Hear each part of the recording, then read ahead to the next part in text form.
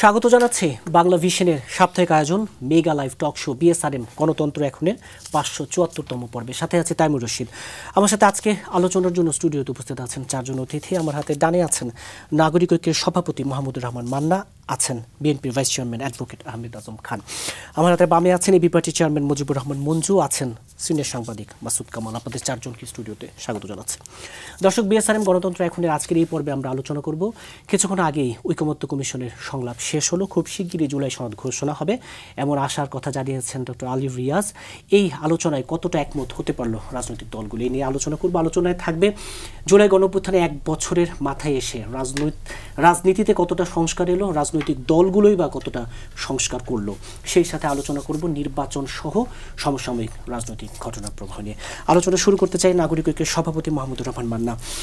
ঐকমত্য কমিশনের বিষয় নিয়ে একটু পরে আলোচনা শুরু করতে চাই। যেটা বলছিলাম যে জুলাই গণ অভ্যুত্থানের 1 বছর, এই 1 বছর যখন আমরা কাছাকাছি দাঁড়িয়ে আছি, সেই সময় এসে যখন জুলাই অভ্যুত্থানের নামে বিভিন্ন জায়গায় চাঁদাবাজি, আর্থিক অনিয়মের অভিযোগ আসে, সাম্প্রতিক সময় বেশ কিছু ঘটনা তো আমরা দেখেছি।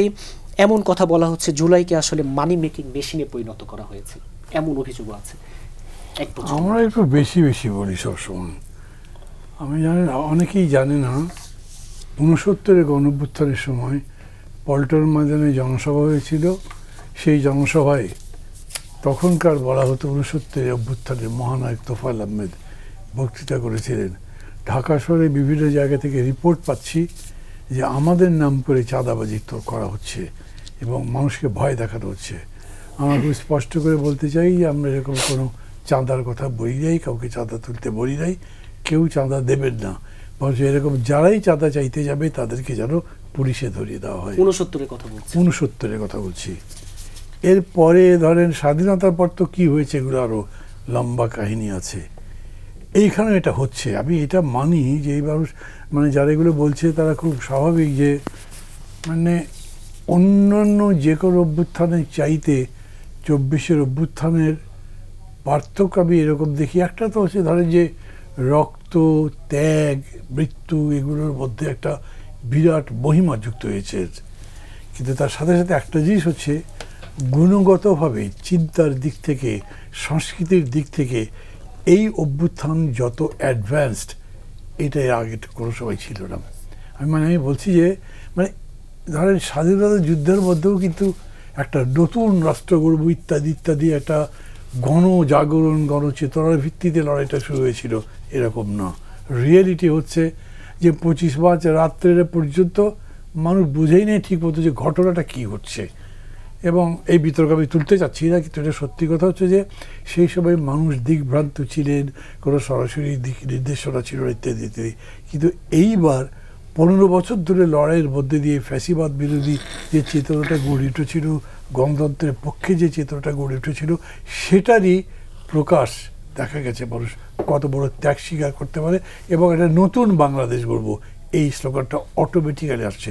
কোনো পলিটিক্যাল পার্টি ধরিয়ে দেয়নি, কোনো একটা চিন্তক গ্রুপ ধরিয়ে দেয় নাই, বা একটা আপার কোনো লেভেল থেকে এরকম জিনিস আসে নাই। এটা মনে হচ্ছে মানুষের ভেতর থেকে এসছে এরকম করে। সেই দিক থেকে এত বড় জায়গাতে এই রকম ঘটনা এবং অভিযোগগুলো কিন্তু হচ্ছে এরকম যে একদম নেতারা যারা সমন্বয়ক বলে পরিচিত, এইটা খুবই দুঃখজনক আমি মনে করি। কেবলমাত্র স্বতঃস্ফূর্ততার উপরে দেশ গড়া হয় না, কেবল স্বতঃস্ফূর্ততা আবেগের উপরে রাজনীতি হয় না, অভ্যুত্থান হয় না, বিপ্লব হয় না, হলেও ওটা সাকসেসফুল হয় না। এই ঘটনাগুলোর জন্য কি সরকারের নির্লিপ্ততা কিছুটা দায়ী?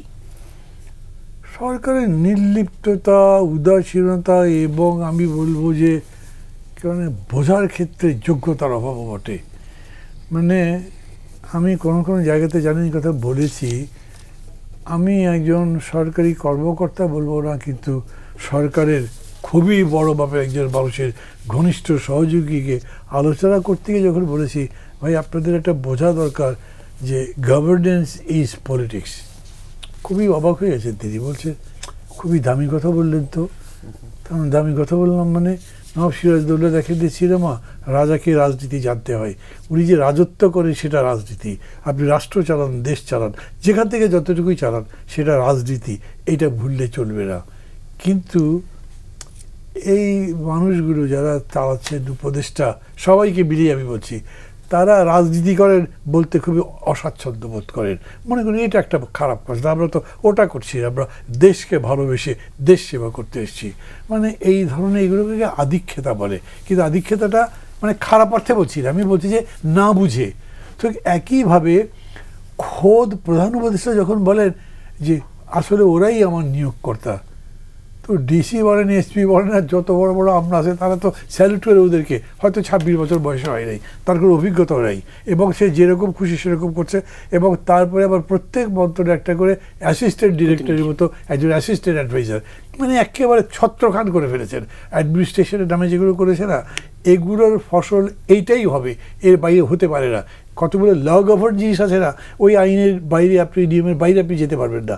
এই সোশ্যাল সায়েন্সের মতো, পলিটিক্সের সায়েন্সের মতো এটা তাই হয়েছে। এখন যেগুলো দেখা যাচ্ছে এটা হচ্ছে আপনার নিচের এগুলো প্রস্ফুটিত হওয়ার, হয়তো চাপ আছে আরও অনেকগুলো। এই সমস্ত কথাবার্তা আমরা 6 মাস আগে থেকে শুনছি, আমরা তখন বলি নাই। মানে আমরা বলতে বলছি, আমি সহ আমার সাথে সহকর্মী অনেকে বলছে, ভাই এরকম একটা ঘটনা ঘটছে, ওই যে ওই জায়গায় এটা হলো, আচ্ছা থাক, দেখো ঠিক হবে, এরকম এরকম করেছি যাতে কথাটা না বাড়ে। কিন্তু সামগ্রিকভাবে রাজনীতি বিবর্জিত একটি রাজনৈতিক তৎপরতা, একটি ঘটনা এরকম কখনো হতে পারে না, তারই ফসল এগুলো। জি, আবার আপনার কাছে আসবো। এবি পার্টির চেয়ারম্যান মুজিবুর রহমান মঞ্জু, এই যে সাম্প্রতিক সময়ে এই যে অভ্যুত্থানে যারা সামনের সারির ছিল তাদের এবং সমন্বয়ক নামে যা হচ্ছে, এবং এই যে রাজনীতি বিবর্জিত এবং সরকারের নির্লিপ্ততা, উদাসীনতা, আপনি কিভাবে দেখেন?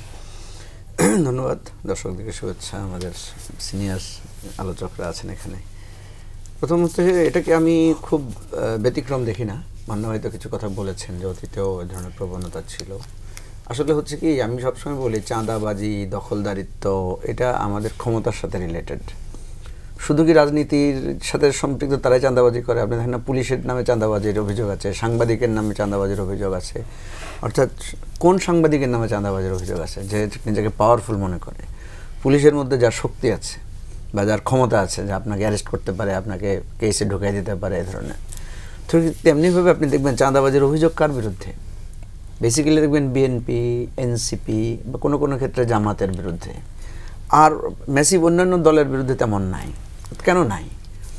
নাই এই জন্য যে বিএনপি কেন হিমশিম খাচ্ছে, তার প্রায় 6000 লোককে সে বহিষ্কার করেছে, তারপরও সে হিমশিম খাচ্ছে কেন? কারণ মানুষের মধ্যে একটা ধারণা তৈরি হয়েছে যে বিএনপি পাওয়ারফুল দল, বা আওয়ামী লীগ চলে যাওয়ার পরে নেক্সট হচ্ছে এখন ক্ষমতা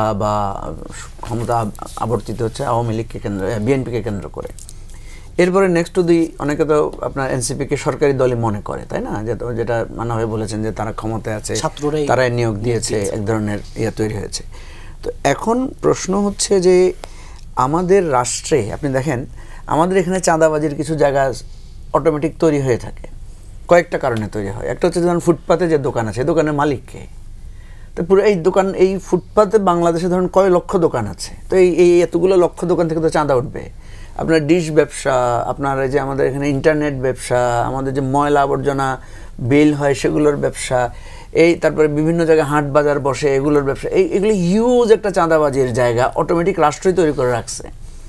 এটা আজকে আমি ক্ষমতা থাকলে আমি ভোগ করব, কালকে আমি চলে গেলে আপনি যদি ক্ষমতা আসেন আপনি ভোগ করবেন। এটা একটা চাঁদাবাজির জায়গা। দ্বিতীয় হচ্ছে যে আমাদের এখানে দুর্নীতির কারণে। এখন আমি যদি প্রশ্ন করি যে দেখেন কারা চাঁদা দিচ্ছে, যেমন ওই যে এনসিপির যা গ্রেফতার হলো, বা এনসিপির নাম এটা হচ্ছে বৈষম্য বিরোধী ছাত্র আন্দোলন, যারা গ্রেফতার হলো 15-2 কোটি টাকার চেক নিয়েছে, কার থেকে নিয়েছে? চাঁদাটা দিচ্ছে কারা? যারা দুর্বল। বিএনপির কোনো লোককে চাঁদা দিচ্ছে? জামাতের কোনো লোককে চাঁদা দিচ্ছে না তো। বা আমার কাছে কেউ চাঁদা চাইতে আসছে না তো। চাঁদা চাইতে আসছে ওদের কাছে যাদের কোনো না কোনো কারণে সামাজিক দুর্বলতা বা একটু তৈরি হয়েছে। তো এখানেই জায়গাটা হচ্ছে, আমি এই জন্য কোনো দলকে দায়ী করার পক্ষে না। বিএনপি যদি আরও হাজার হাজার লোক বহিষ্কার করে, চাঁদাবাজি বন্ধ করতে পারবে না। হয়তো চাঁদাবাজি মানে কিছুটা কমে আসতে পারে, অথবা দেখা যাবে গোপনে চাঁদাবাজি হবে, তখন প্রকাশ হবে না। আরেকটা কথা আমি সবসময় বলি, সেটা হচ্ছে রাজনৈতিক দলের আয়ের উৎসই তো চাঁদা।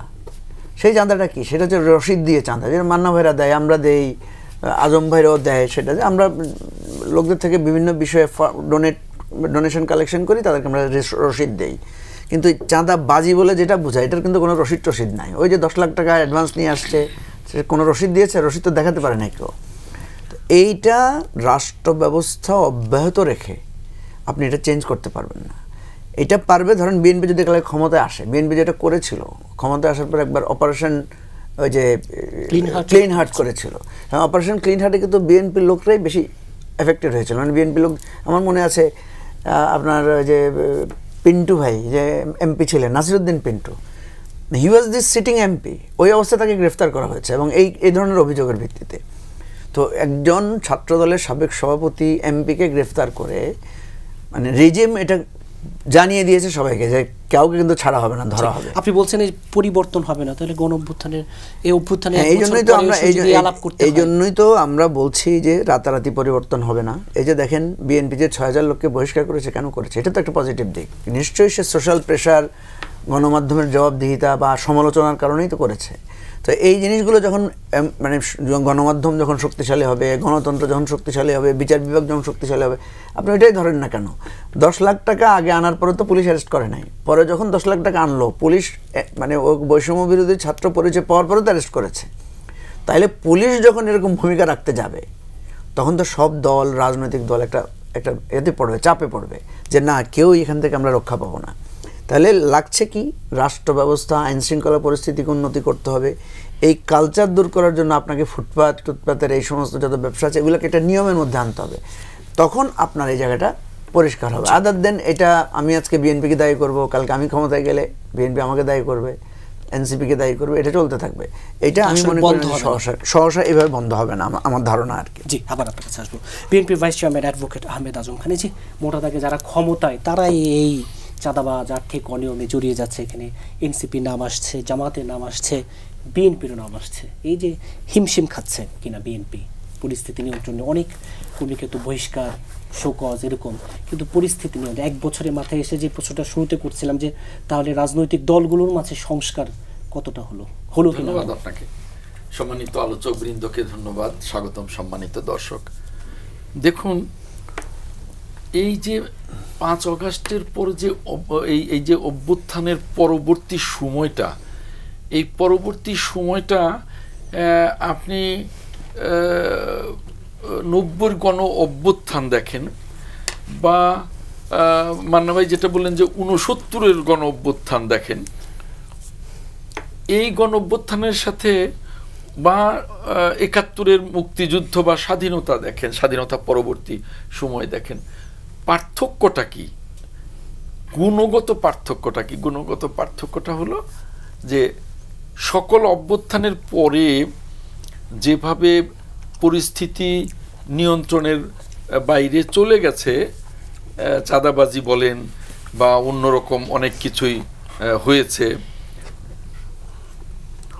এই অভ্যুত্থানের পরে সকল রাজনৈতিক দল তার দলকে, তার নেতাকর্মীদেরকে নিয়ন্ত্রণের চেষ্টা করছে এবং নিয়ন্ত্রণের চেষ্টা করছে অবিরাম, যে না, আমার দলটাকে নিয়ন্ত্রণে রাখতে হবে, আমি সেই জবাবদিহিতাটা জনগণের কাছে বা রাষ্ট্রের কাছে রাখতে চাই।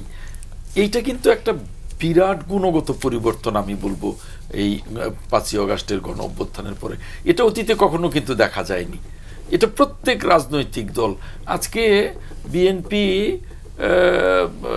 যেটা মঞ্জুভাই বললেন 6000 না, সম্ভবত 2500, যাই হোক 2500 আর 6000 বড় কথা না, বড় কথা যে বিএনপি চাঁদাবাজকে উৎসাহিত করছে না, বরং নিরুৎসাহিত করবার জন্যে তারা যেখানে মানে অভিযোগ পাচ্ছে তাদের বিরুদ্ধেই শাস্তিমূলক ব্যবস্থা গ্রহণ করছে।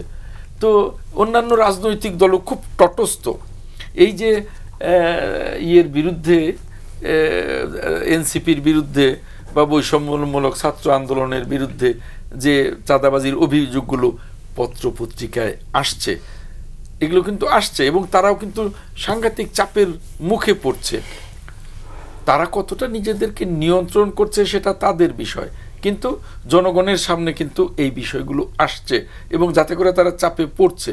তো এই যে স্বচ্ছতার রাজনীতির যে একটা চেষ্টা হচ্ছে, এটাকে আমি একটা গুণগত পরিবর্তন বলবো এবং সাথে সাথে এটাও বলবো যে আরও গুণগত পরিবর্তনের জন্যে এই যে ঐক্যমত্য কমিশনে সকল মাঠের রাজনৈতিক দলগুলো যে একত্রিত বসছে, সেখানে হয়তো আমার যাওয়ার সুযোগ হয়নি, কারণ আমাদের দল থেকে একজন স্থায়ী কমিটির নেতৃত্বে একটা টিম আছে।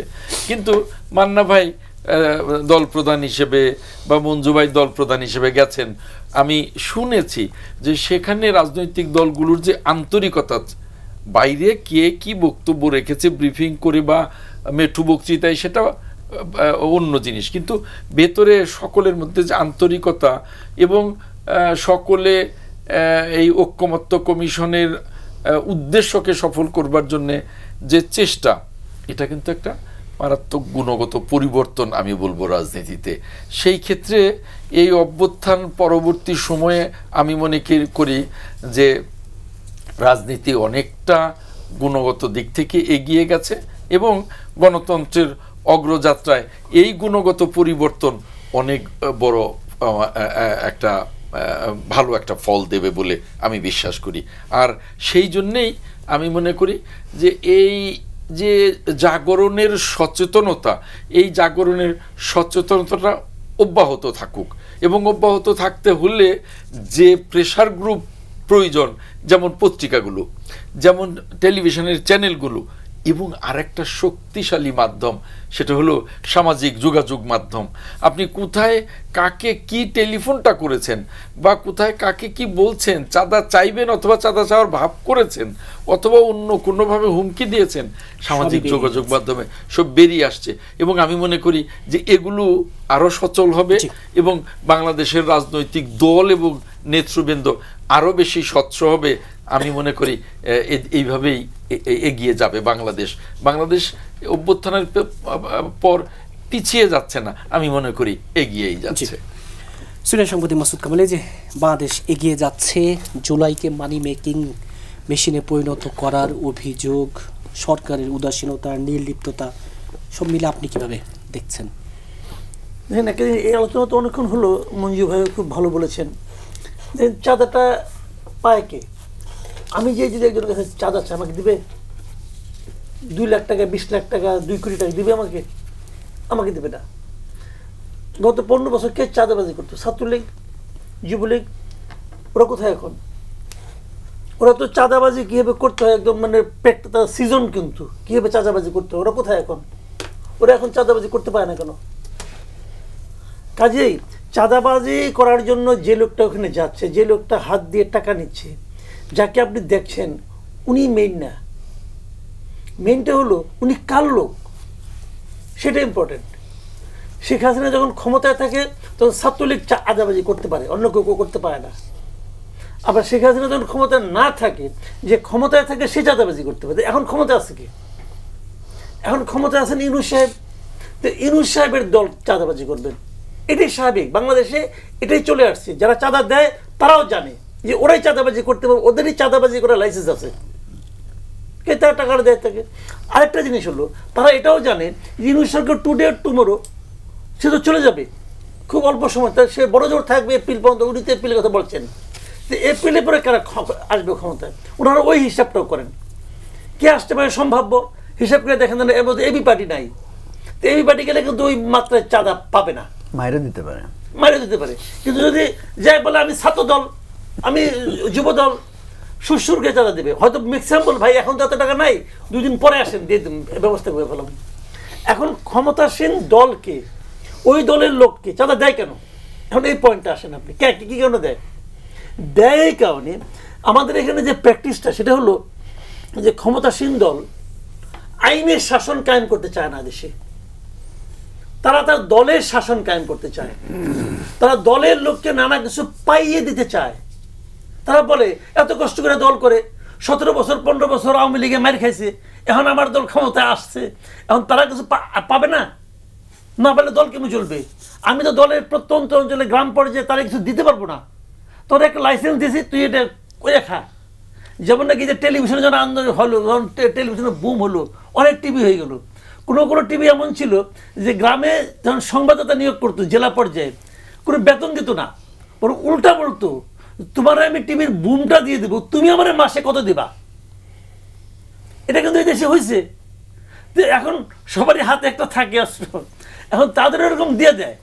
এই যে তোমার একদম দিতে পারবো না, যেটা নাকি শেখ হাসিনা করছে, কি করছে, যে এত বছর তোমরা ধরে বসিলা, এমন কিছু কামাই নাও, দলের জন্য প্রয়োজন এটা, এই অজুহাতে কামানোটা একদম ওপেন করে দিচ্ছে। তো ওই যে প্র্যাকটিসটা যে আগামীতে বিএনপি আসলে বন্ধ করে দিবে, সেটা তো ওই পুলিশ বিশ্বাস করে না। সেটা তো ওই যে চাঁদাটা দেয় যে অবৈধ, যে নাকি তার মধ্যে একটু মানে ভয় আছে যে আমি 2 নম্বরই করতেছি, 2 নম্বরে কিনা মাল পানি কামাই করছি, অথবা আমারও একটু সামাজিক মানে সমস্যা আছে, তো সে কিন্তু বিশ্বাস করে না। যতই ওনারা বহিষ্কার করুক, ওনারা মনে করে ওনারা আগের স্টাইলে চলবে, এই ভীতির থেকে এটা আসছে। এখন এটা বন্ধ হতে পারতো কিভাবে? দেখেন, একটা ছোট্ট এক্সাম্পল বলি। সংস্কার করতেছে না এই গভর্নমেন্ট, সংস্কার কর্মসূচি করতেছে, 1 বছর হয়ে গেছে গভর্নমেন্টের বয়স। গভর্নমেন্ট যদি এই কাজটা শক্তভাবে করতে পারত, যে ক্ষমতায় কে আছে না আছে দেখার কোনো ব্যাপার না, তুমি চাঁদাবাজি পাইলে অন্যায় পেলে ধরবা, তাহলে কি হতো? ওনারা যে সমস্ত সংস্কার করতে চাচ্ছে, সেই সমস্ত সংস্কারগুলির মধ্যে কোনো কোনো সংস্কার যতটুকু সম্ভব যদি ওনাদের রাষ্ট্র পরিচালনার ক্ষেত্রে গত 1 বছরে তারা প্রয়োগ করে দেখাইতে পারত। এই যেমন এই যে পুলিশ সংস্কার করতেছে অথবা আইন শৃঙ্খলা, এই জিনিসগুলো আমি করে দেখাচ্ছি, আমি একটা নির্দলীয় সরকার অথবা আমি পারতেছি করতে, তোমরাও এগুলো করে দেখাও, তাহলে কিন্তু পলিটিক্যাল পার্টিগুলির মধ্যে অথবা যারা সংস্কার করতেছে অথবা যারা সংস্কার নিয়ে সন্দেহ পোষণ করতেছে তাদের উপরে চাপ পড়তো। কিন্তু এই গভর্নমেন্ট তো পারে নাই, এরকম কোনো দৃষ্টান্ত তো তৈরি হয়নি। ঠিক আগের গভর্নমেন্ট যেভাবে চলছে এই গভর্নমেন্ট সেভাবেই চলছে। বরং যে এই গভর্নমেন্টের কেউ কেউ মনে করছে যে আগের গভর্নমেন্ট তো 5 বছরের মেয়াদ নিয়ে আসছিল, 5 বছর ধরে খাইতো, আমার তো সময় কম, অল্প সময় যত বেশি পাওয়া যায় খাওয়া দরকার, এই টেন্ডেন্সি এই গভর্নমেন্টের মধ্যে আছে। যে কারণে ভাই এটা বন্ধ হবে না। এখন যারা আগামীতে ক্ষমতা আসবে তারা যদি সেই আগের যে গড্ডালিকা প্রবাহে গা না ভাসায়, যদি তারা চেঞ্জ করতে চায়, চেঞ্জ করে এটা কিন্তু কইরা দেখাইতে হবে, ওই বললে হবে না। যদি কইরা দেখাইতে পারে তারপরে হয়তো আমরা সুফলটা পাইতে পারবো। শুরুতে যেটা বলছিলাম যে আমরা যখন আলোচনা করছি ঠিক তার আগে কিছুক্ষণ আগেই জাতীয় ঐকমত্য কমিশনের 2য় দফার বৈঠক শেষ হয়েছে। আমরা জানি যে সনদের এই আলোচনা 2য় পর্যায়ে 19টি বিষয়ে একমত হওয়া গেছে, এরকমই জানানো হয়েছে। কিন্তু জুলাই সনদের যে আইনি ভিত্তি, এই নিয়ে এক ধরনের বিরোধ দেখা দিয়েছে। জামাত হুমকি দিয়েছে সরকার এবং কমিশনের বিরুদ্ধে মামলার, এবং আমরা জানি আজকে কিন্তু সকাল থেকে সনদ ঘোষণার দাবিতে স্বাভাবিক দীর্ঘক্ষণ অবরোধ ছিল। মানে এই পুরো মোটা দাগে যে আলোচনা শেষ হলো, 19টি বিষয়ে একমত হলো, কিন্তু যে দিন শেষে এসে যে আমরা জানি যে ওই যে মূলনীতির প্রসঙ্গে 4টি বাম দল আবার বয়কটও করেছে। পুরো বিষয়টি তাহলে যদি কি দাঁড়ালো দিন শেষে এসে, একমত কতটা হওয়া গেল? না, সব কিছুতেই কিছু দাঁড়াবে এরকম তো না, কোনোটা বসেও পড়বে, কোনোটা বাদও পড়ে যাবে। কিন্তু এইখানে আমার কাছে সংকটটা অন্যরকম। মানে জুলাই সনদ কি আর জুলাই ডিক্লারেশন বা জুলাই প্রোক্লামেশন কি, ঘোষণাপত্রটা কি, দুটো কি একই জিনিস? কোনোভাবেই না, দেখা যাচ্ছে না। তা দৃশ্যত যেটাকে জুলাই সনদ বলা হচ্ছে, যার কথা ধরে আপনি প্রশ্নটা করছেন, আলী রিয়াজ যেটা বলেছেন, সেটা হচ্ছে ঐকমত্য কমিশন যে একটা জাতীয় সনদ তৈরি করবে, তার জন্যে তারা স্প্রেডশিট দিয়েছিল 166টা প্রশ্ন। সেগুলো ছিল আইন, বিচার, নির্বাচন ব্যবস্থা, পুলিশ, এগুলো সংস্কারের প্রস্তাবনা। এবং এগুলোতে কোন দল কি কোনটা পছন্দ করছে অপশন ছিল 3টা 4টা 5টা, ঠিক পরে দিয়ে গেছে। এগুলো থেকে একটা ঐক্যমত্য বের করবার চেষ্টা করা হচ্ছে। 2য় দফা আলোচনায় সম্ভবত আজকে সেটাতে সমাপ্তি ঘোষণা করা হয়েছে। কেউ কেউ বলছে দরকার লাগলে আরও আমরা বসবো, কিন্তু আনুষ্ঠানিকভাবে এটা শেষ হয়ে গেছে। তো এইখানে কিন্তু জুলাই ডিক্লারেশন নিয়ে কোনো আলোচনা নেই। জুলাই ডিক্লারেশন মানে কি, যখন ঘটনাটা ঘটেছে, ডিক্লারেশন কেমন, ধর আমাদের মানে স্বাধীনতার ঘোষণা, কিংবা ধরেন আপনি আমেরিকান ওয়ার অফ ইন্ডিপেন্ডেন্স তার ডিক্লারেশন, বা মাগনা কাটা বা ফ্রেঞ্চ রেভলিউশনের ডিক্লারেশন। এটা হচ্ছে যখন ঘটনাটা ঘটে তখন সেই ঘটনাটাকে তুলে ধরা, তার আদ্যপান্ত না হলে অন্তত তার জাস্টিফিকেশন, তার পটভূমি, তার ফিউচার সাকসেস, এগুলোকে একটা খুব যে বড় ডিক্লারেশন কিছু হয় সেরকম না, বলা হয় এই রকম একটা অবস্থার প্রেক্ষিতে এই জিনিস দিয়ে মানুষ চেয়েছে, এই অবস্থার প্রেক্ষিতে হয়েছে, অতএব সব মিলে আমরা এটা চাচ্ছি, এরকম অঙ্গীকারও থাকে সেটার মধ্যে। আমি আবার বলছি, জুলাই সনদ বলতে যেটা প্রফেসর আলী রিয়াজের নেতৃত্বে চর্চিত এতদিন ধরে, ওটা জুলাই ডিক্লারেশন নয়। ওটা প্রোক্লামেশন নয়। কিন্তু এই ছাত্ররা যারা আজকে এখানে আন্দোলন করেছে, এখানে কি বক্তৃতা তারা করেছেন সেটা আমার শোনার সুযোগ হয়নি, কিন্তু আগে তারা এটা কয়েকবার বলেছেন যে এই যে আমরা এত বড় একটা অভ্যুত্থান করলাম, এইটা যে কয়েক বছর পরে একটা মিউটিনি বা বিদ্রোহ হিসেবে চিহ্নিত হবে না, বা তার জন্য আমাদের সাজা হবে না, তার জন্য আইনি ভিত্তি চাই। অতএব আইনি ভিত্তির প্রশ্নটা আসছে। দেখেন, এত বড় যে ভাষা আন্দোলন, মানে কোনো কোনো দিকে না ভাষা আন্দোলনটা একেবারেই একটা কী বলে যে একক বিষয়, একটা গান সব মানুষের মুখে মুখে। আমাদের জুলাই আন্দোলন নিয়ে কোনো গান তৈরি হয়নি, জুলাই আন্দোলনে কোনো বড় একটা ছবি বানানো হয়নি, বা একটা গল্প উপন্যাস লেখা হয়নি। সাহিত্য সংস্কৃতির মধ্যে এখনও এটা ওই রকম করে প্রবেশ করেছে আমি তা দেখছি না, যদিও 1 বছর হয়ে গেছে।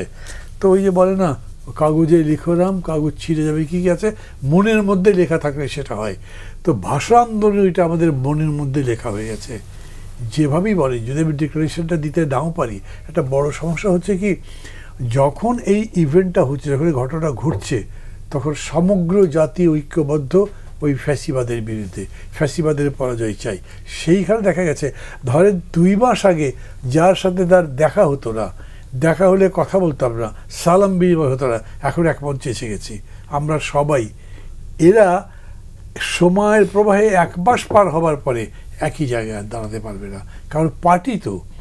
আপনি এইদিকে নির্বাচন বলবেন, আবার ওদিকে বলবেন জাতীয় ঐক্য গড়ে তোলেন, এগুলো আমি প্রথম থেকে বলেছি, এই সমস্ত কথাবার্তা ফরসিকার। তাহলে যে সনদের আইনি ভিত্তিটাকে জরুরি কিনা? না, আইনি ভিত্তি বলতে আমি ওই ছাত্রদের কথা থেকে যদি বুঝি, সেটা যদি বোঝানো হয়, তাহলে এই আইনি ভিত্তি দেওয়ার আগে তো প্রশ্ন হবে যে আপনি ফ্রেমিংটা কি করবেন। আপনি মনে করছেন আমার দল অনেক বড় দল, তার বিরাট একজন নেত্রী, তার বিরাট একজন নেতা, উনি ভেতরে ভেতরে থেকে কত উপাদান যোগ করেছেন, আন্দোলনকে কত এগিয়ে দিয়েছেন, সেটার উল্লেখ থাকতে হবে। আরেকজন মনে করছে, আরে ভাই 15 বছর ধরে এটা খুঁটেও না নিতে পারেন, এত বড় বড় কথাবার্তা বলেন, আমাদের কথা থাকতে হবে। ওইটা আসবে, তারপরে আপনি এটার বৈধতা দেবেন। সেই বৈধতা দেওয়ার সময় আপনি যে কনস্টিটিউশনের মধ্যে ফেলতে চেয়েছেন ইত্যাদি ইত্যাদি বহু এরকম বিতর্ক উঠতে নিয়ে আবার মানে চাপা দেওয়া হয়েছে। এগুলোকে কীরকম করে হ্যান্ডেল করবে যদি আপনি ওইটা ধরেন, মানে আমি বলছি প্রোক্লামেশন বা ডেক্লারেশনকে যদি ধরেন, তাইলে কিন্তু আলোচনাটা অন্যদিকে যাবে, ড্রাফটিংটা অন্যদিকে যাবে।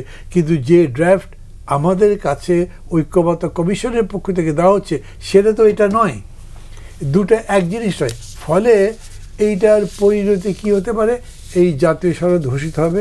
কারণ এই অভ্যুত্থানের মধ্যে দিয়ে যে অ্যাসপিরেশন, আশাকাঙ্ক্ষা মানুষের মধ্যে তৈরি হয়েছে, একটা নতুন দেশ গড়বার, উন্নত ভালো দেশ, গণতন্ত্রের দেশ, সমৃদ্ধের দেশ, একটা ভদ্র দেশ, সেই রকম একটা দেশের পক্ষে কি কি করা দরকার সেই কাজটা আমরা করেছি। আমরা এতগুলো পার্টির এত ডিফারেন্স সত্ত্বেও দেখো, এতগুলো মৌলিক প্রশ্নে 15, 16, 17 যাই হোক একমত হয়েছি। হতে পারে আরও 30টা একমত হতে পারেনি, ঠিক আছে, এটা রেখে দাও। ডক্টর যেটা বলেছেন, যদ্দূর ঐক্যমত্য তদ্দূর নিয়ে আমি সংস্কার, যেটা হচ্ছে না সেটা ভবিষ্যতের জন্য রেখে দিলাম। আমি যদি ভবিষ্যতে এই প্রসেসটা কন্টিনিউ করি, তাহলে আমি অনেকগুলো সমস্যার সমাধান করতে পারবো। But mind it, this is not a declaration of July movement. জি, মুজিবুর রহমান মঞ্জু, আপনি তো একটু আগে যে আলোচনা শেষ হলো, সে আলোচনায় থেকেই আমাদের এখানে এলেন। এই যে কি দাঁড়ালো দিন শেষে, এই যে মানে যারা অংশগ্রহণ করলেন তারা আসলে কি পেলেন, আর মানে যদি বলি 2 পর্যায়ের বিশাল আলোচনা শেষে কি মিলল আসলে? আজকে আমরা খুব স্মৃতিকাতর হয়ে পড়েছিলাম শেষে, কারণ 23-24 দিন একসাথে থাকা, সবার যেটা মান্নাভাই বলেছেন যে একটা বন্ডিং তো তৈরি হয়েছে।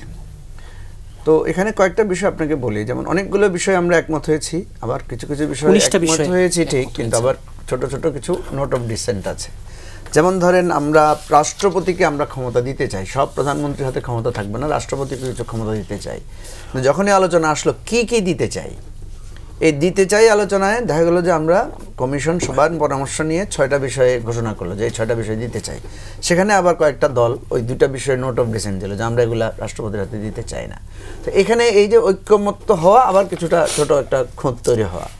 ঠিক তেমনিভাবে আমরা উচ্চকক্ষ পার্লামেন্টে থাকবে, সবাই একমত, 100 আসন হবে, সেটা তো একমত। কিন্তু এই পার্লামেন্টের 100 আসনের নির্বাচনটা কিভাবে হবে, সেখানে অধিকাংশ বলছে এটা পিআর পদ্ধতিতে হোক। নিজেরটাতে যেহেতু ফার্স্ট দিয়ে পোস্ট হচ্ছে, সেখানে আবার দেখা গেছে কয়েকটা দল তারা নোট অফ ডিসেন্ট দিয়েছে। তো ফলে ওই যে বলে না শেষ হইয়াও হইল না শেষ, আমরা একমত হইলাম আবার নোট অফ ডিসেন্ট, তাহলে এটার সমাধানটা কি হবে? সর্বশেষে এসে যেটা উত্তাপ ছড়িয়েছে সেটা হচ্ছে ঠিক আছে আমরা তো হলাম 19টা 22টা সবকিছু একমত হয়েছি, রাষ্ট্রপতিকে কিছু ক্ষমতা দেওয়ার ব্যাপারে একমত হয়েছে, কিন্তু এখন এটা ইমপ্লিমেন্টেশনটা কিভাবে হবে? আমাদের ঐকমত্য কমিশন যে ভুলটা করেছে, ওনারা সেখানে হুট করে ওখানে লিখে দিয়েছে যে এটা নতুন পার্লামেন্ট আসার পরে 2 বছরের মধ্যে বাস্তবায়ন হবে। তো 2 বছরের মধ্যে কীভাবে বাস্তবায়ন? রাষ্ট্রপতির ক্ষমতা বা ধরেন আমি আপার হাউস তাইলে কখন হবে? এই অস্বচ্ছতার কারণে সেখানে অনেকে ক্ষোভ প্রকাশ করে বলেছে যে আমরা তো সেখানে লিখেই দিয়েছি, আমাদের কাছে তো আপনারা মতামত নিয়েছেন যে এটি বাস্তবায়ন কীভাবে হবে, আপনারা আমাদের বাস্তবায়ন তো কোনো রিফ্লেকশন দেখালেন না। ফলে সেখানে পরবর্তীতে সেটাই সিদ্ধান্ত হয়েছে যে কমিশন আপাতত যা যা হয়েছে একটা সনদ তৈরি করবে, সবাই সেটা দেখার পরে দেখবে কোনো ভুল ত্রুটি আছে কিনা, সবার কথা ঠিকমতো লেখা হয়েছে কিনা, সেটা সনদে আগে তৈরি হবে। তৈরি হওয়ার পরে আমি বিশেষ করে আমরা সহ, আমরা এবি পার্টি সহ আমরা অনেকে বলেছি যে এটা বাস্তবায়ন প্রক্রিয়া ঠিক না হলে আমরা এটা স্বাক্ষর করব না। কারণ আপনি জনগণের মধ্যে এত আলোচনা হলো, এত কিছু হলো, ফাইনালি বিয়েটা কার সাথে কার হলো বা কয় তারিখে বিয়ে হবে, কিভাবে কি হবে, এটা তো মানুষ জানতে চায়। মানুষ 23 দিন ধরে কি আলোচনা করেছেন এবং এটা কিভাবে ইমপ্লিমেন্টেড হবে সেটা তো জানতে চাইবে না। ফলে এই জায়গাটায় আমরা মনে করি যে সরকারের একটা দৃঢ় পদক্ষেপ। 5 তারিখের আগে কি সমাধান না, 5 তারিখের আগে মনে হয় না এটা সমাধান হবে। তবে আমরা যেটা চেয়েছিলাম 31শে জুলাইয়ের মধ্যে আলোচনা কমপ্লিট করতে, সেটা আমরা করতে পেরেছি প্রত্যেকটা বিষয়ে। শেষের দিকে এসে আরেকটা ছন্দপতন হয়েছে, সেটা হচ্ছে মূলনীতির বিষয়ে, রাষ্ট্রের মূলনীতির বিষয়ে। আমরা এখানে যে কথাটা বলা হয়েছে, লেখা হয়েছে যে রাষ্ট্রের মূলনীতি আকারে সাম্য, মানবিক মর্যাদা, সামাজিক সুবিচার, ধর্মীয় স্বাধীনতা ও সম্প্রীতির বিষয়টা যুক্ত হবে। ঠিক আছে, এখন সিপিবি সহ বেশ কয়েকটা বাম দল তারা এটাকে বলেছে যে না, এখানে আগের মূলনীতি বহাল রেখে তারপরে যুক্ত হবে, এই ধরনের কথা বলতে চেয়েছেন। আমরা বলেছি যে এখানে তো আগের মূলনীতি বাদ হবে বা কীভাবে বলা হয় নাই, যেটাই করুক, কিন্তু এই জিনিসগুলো নতুন করে সেখানে কি হবে থাকবে, এটা হয়েছে। ফলে ওনারা একটা ভুল বোঝাবুঝি সৃষ্টি করেই সেটা কিছুটা আর্টিফিশিয়াল মনে হয়েছে যে ওনারা ওয়ার্কআউট করেছেন, শেষ ইয়াতে ওনারা ছিলেন না। তো তারপরেও আমি যেটা মনে করি, যেটা বারবারই সবার মধ্যে থেকে এসেছে, যে এই ধরনের রাষ্ট্র নিয়ে রাজনৈতিক দলগুলো বসেছে, বিতর্ক করেছে, আলোচনা, এসব সেই আপনার মানে 91 সাল বা 2001 সালের যে পার্লামেন্ট যখন দেখেছিল সবাই আলোচনা করছে, যুক্তিতর্ক দিচ্ছে, কিছুটা উত্তাপও মাঝে মাঝে হয়েছে, কিছুটা কাঁদা ছোড়াছুড়ির পর্যায়ে কিছুটা হয়তো ছিল, কিন্তু শেষ মুহূর্তে সবাই সবার সাথে জড়াজড়ি করে সুন্দর করে সবাই বিদায় নিয়েছে। এবং আমি তো আবারও বললাম যে কিছুটা আবেগ ঘন পরিবেশের সৃষ্টি হয়েছে এবং অনেকে কাছে সরি বলেছে, অনেকে বলেছে ভাই আমরা ভবিষ্যতেও একসাথে কাজ করব। তো এটা আমি যদি বলি এটা একটা হিস্ট্রিক্যাল ইভেন্ট হবে যদি এখান থেকে আমরা ভালো আউটপুট নিতে পারি।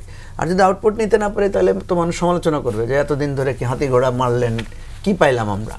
তো আমরা মনে করি যে এটা অবশ্যই আমাদের এটার একটা জবাবদিহিতা থাকা উচিত এবং আমরা ক্লিয়ারলি মানুষের কাছে মেসেজটা যাওয়া উচিত যে আমরা এটা করেছি এবং এটা এভাবে আমরা বাস্তবায়ন করবো, তাইলে এটা সুবিধা হবে। অ্যাডভোকেট আহমেদ আজম খান, এই যে একটা ভালো আউটপুট আসবে এই ঐকমত্য কমিশনের যে দীর্ঘ যেই সংলাপের যেই ধারাবাহিকতা, আপনি কতটা আশাবাদী? আর এই যে একটি কথা তো বলাই হচ্ছিল যে এই জুলাই অভ্যুত্থানের অন্যতম একটি বড় জায়গা ছিল, প্রত্যাশা ছিল যেই ক্ষমতায় আসবে সে যেন আবার ফ্যাসিস্ট না হয়ে যায়, সে আগের সেই মানে স্বৈরতান্ত্রিক যেন চেপে না বসে। এই আলোচনা একসাথে বসার মধ্য দিয়ে অন্তত এই পথটা নিশ্চিত করা যাবে কিনা যে আসবে আবার সে অন্তত ফ্যাসিস্ট হবে না, একটা জবাবদিহিতা দায়বদ্ধতার জায়গা অন্তত থাকবে। আমি কিন্তু আশাবাদী এই জন্যেই যে এই যে মঞ্জু ভাই যেটা বললেন যে সবশেষ আলোচনায় সকলে একটা আবেগ ঘন মুহূর্ত তৈরি করেছে এবং তারা অনেকে একজন আরেকজনকে একটু কটু কথা বলার জন্য সরি বলেছে, একসাথে ভবিষ্যতে কাজ করবে এটা বলেছে। এই যে আমাদের মধ্যে যে আবেগ, এই আবেগটা কিন্তু অনেক মানে ভালো জিনিসকে সামনে এগিয়ে দেবে এবং খারাপ জিনিসকে পিছিয়ে দেবে। এবং আমি মনে করি যে এই যে জুলাই সনদের যে 19টি বিষয়ে ঐক্যমত্য, এই 19টি বিষয় নিয়েই যদি জুলাই সনদ তৈরি হয়, এটা মান্না ভাই এটাকে আলাদা করেছেন, আমি আর ওই আলোচনায় যাব না, আমি শুধু সনদেই থাকতে চাই, যে তৈরি হয় তাহলেও কিন্তু বাকি যে বিষয়গুলোতে ঐক্যমত্য হয়নি সেই বিষয়গুলো আগামী দিনে আমরা যখনই গণতন্ত্রের চর্চায় যাব, যখনই সংসদীয় গণতন্ত্রে যাব, আমরা যেন পার্লামেন্টের ভেতরে এবং বাইরে বা উচ্চ কক্ষে এবং নিম্ন কক্ষে আমরা আলোচনার ভিত্তিতে এই বাকি বিষয়গুলো নিয়েও আলোচনা এগিয়ে নিয়ে যাই। এটা কিন্তু থাকতে পারে, আমাদের চর্চাটা কিন্তু শুরু করা দরকার। আসলে স্বাধীনতার 54 বছরে আমরা কিন্তু সেই চর্চাটাই শুরু করতে পারছি না। যতবার চর্চা শুরু করতে যাই ততবারই মুখ থুবড়ে পড়ে। আর এখন আমার মনে হয় সেই চর্চাটা হবে এই জন্যেই যে আমি আমার নেতা জনাব তারেক রহমানের একটা উক্তির কথা বলি। উনি প্রায়ই আমাদের সভায় বলেন যে যদি স্বচ্ছভাবে রাজনীতি করতে না পারেন তাহলে মনে রাখবেন যে আওয়ামী লীগের চেয়েও কিন্তু করুণ পরিণতি ভোগ করতে হবে। অর্থাৎ নেতা বা কর্মীদেরকে উনি কিন্তু এভাবে সতর্কতা জারি করেন। তো কাজেই এই যে সতর্কতা জারি করবার মানসিকতা নেতৃবৃন্দের মধ্যে, আমরাও আবার কি করি, যখন তৃণমূলে কথা বলি তখন নেতার রেফারেন্স দিয়ে আমরা তৃণমূলকে ওইভাবে সতর্ক করি যে যদি ঠিক না থাকেন তাহলে আপনাদের জন্যও কিন্তু আগামী দিনে ভয়াবহ পরিণতি আসবে। কাজে আমি মনে করি রাজনীতির এটাও একটা গুণগত পরিবর্তন, এবং এই কথাটা আমাদের নেতাদের মধ্যে যতক্ষণ থাকবে ততক্ষণ এই ফ্যাসিবাদের পুনরুত্থান হবে না। কারণ আমরা তো ফ্যাসিবাদের পুনরুত্থানও দেখেছি আর ফ্যাসিবাদের নির্মম পতনও দেখেছি। অতএব পুনরুত্থানের পরে যে নির্মম পতন, এই দুটো জিনিসে যে তোমার দেখা হয়ে গেছে এবং আমাদের উপলব্ধিতে আছে, আমাদের বক্তব্য বিবৃতি আলোচনায় আছে। অতএব আমাদের মধ্যে, রাজনীতিকদের মধ্যে স্বচ্ছতাটা দিনে দিনে মনে করি বাড়বে। আমি মনে করি বাড়বে, এই স্বচ্ছতাটা কমবে না, এবং যে কারণেই ফ্যাসিবাদ আর ফিরে আসার সম্ভাবনা খুবই কম থাকবে। এবং ফ্যাসিবাদ ফিরে আসার কোনো রকমের উপক্রম দেখা দিলে আমরা যে ঐক্যবদ্ধ হয়ে মোকাবেলা করতে পারবো সেরকম একটা অবস্থান কিন্তু আমরা মোটামুটি রাজনৈতিক দলগুলো তৈরি করেছি, এটা আমি মনে করি। জি মাসুদ কামাল, এই যে জুলাই সনদের আইনি ভিত্তি নিয়ে বিতর্ক, জুলাই সনদ ঘোষণার দাবিতে শাহবাগ দিনভর অবরোধ করে রাখা হলো। 3 আগস্ট শহীদ মিনারে নতুন বাংলাদেশের ইশতেহার ঘোষণা করবে এনসিপি। এই সব মিলিয়ে যে ঐকমত্য কমিশনের যদি একটু, আপনার কাছে কি মনে হলো, মোটা দাগে কি মিলল আসলে? জুলাই সনদ, যেটা মান্না ভাই বললেন, জুলাই সনদ এবং জুলাই ঘোষণা দুটো আসলে দুই জিনিস। তো এটা যেটা হচ্ছে সনদ, যেটা হচ্ছে সেটা হলো যে এখানে তারা যে সমস্ত বিষয়ে, আমার ধারণা যেটা, যে সমস্ত যেভাবে দেশটা চলবে, এই যে বিষয়গুলি একমত হচ্ছেন, সম্ভবত এগুলিকে জুলাই সনদ বলা হচ্ছে। আর ঘোষণা হলো জুলাইয়ে কি ঘটেছিল সেটা নিয়ে তারা যখন ওইটা, যেটা মান্নাভাই বলেন যে এটা একটা আইনগত ভিত্তি আর কি, যে কাজটা তারা করেছিল সেই কাজটা যে সঠিক ছিল এবং সেই কাজটার যে পরবর্তী সময়ে কোনো ধরনের তাদের বিরুদ্ধে কোনো বিচারের ব্যবস্থা হবে না, এই ধরনের কিছু একটা। তো এগুলি না আসলে সত্যি কথা বলতে আমারটা হয়তো একটু অন্যরকম শোনাবে, এগুলোর আইনগত ভিত্তি আছে। কিন্তু যখন কেউ ক্ষমতায় এসে যায় এবং তার যে মন মানসিকতা, তার মন মানসিকতা দ্বারা অনেক সময় আইন পরিচালিত হয়। আইনে তখন নতুন নতুন ব্যাখ্যা এসে পড়ে, আইনকে অমান্য করলেও তখন কেউ কিছু বলে না। কিন্তু আপনি একটা কথা বলি আপনাকে, যদি উদাহরণটা ঠিক হচ্ছে কিনা যাই না, তবু দিই উদাহরণটা। সেটা হলো 75-এ বঙ্গবন্ধু হত্যা করা হলো। হত্যা করার পরবর্তী সময়ে ফারুক, রশিদ, এরা তো জাতীয় বীর ছিল ওনারা। এদের কোনো সমস্যা হয়েছিল? হয় নাই তো। এবং তাদের মানে এই ঘটনা ঘটানোর মাধ্যমে যারা ক্ষমতায় এসেছিলেন তারা তো তাদেরকে পুরস্কৃত করেছেন এবং তারা ইলেকশনও করছে, একটা পলিটিক্যাল পার্টিও করছে।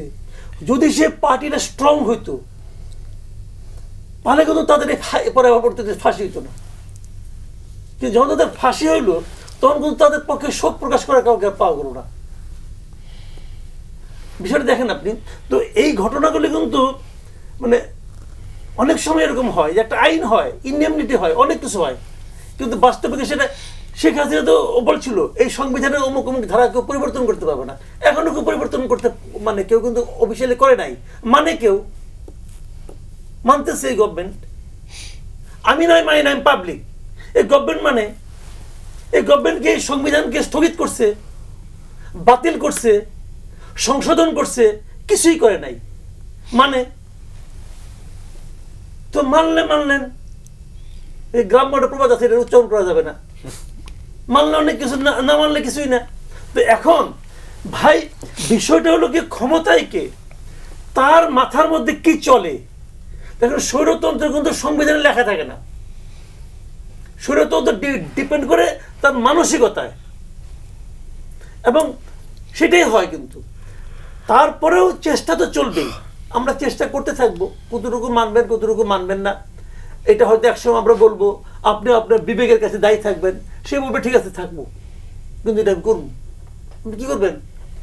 শেখ হাসিনা বিবেক ছিল না, সেও তো অনেক কিছু করছে, যখন সে ক্ষমতা ছিল তখন তো তার প্রশংসা, তার যে কত অ্যাডজেক্টিভ তার জন্য প্রয়োগ করা হয়েছে, সাংবাদিকরাই করছে, বুদ্ধিজীবীরা করছে, তারা কই আছে? তো ঢাকা ইউনিভার্সিটির বুদ্ধিজীবীরা কি কি কথা বলছে, ঢাকা ইউনিভার্সিটির বুদ্ধিজীবীরা তো নোবেল দেওয়া ঠিক হয়নি বলে চিঠি লিখতে চাইছিল, ওরা কই এখন? হাতের লেখা নষ্ট হয়ে গেছে না, কি সমস্যা নাকি? তো দেশটাকে তো ওই লোকগুলো কিন্তু এইভাবে জন্ম হয় নাই।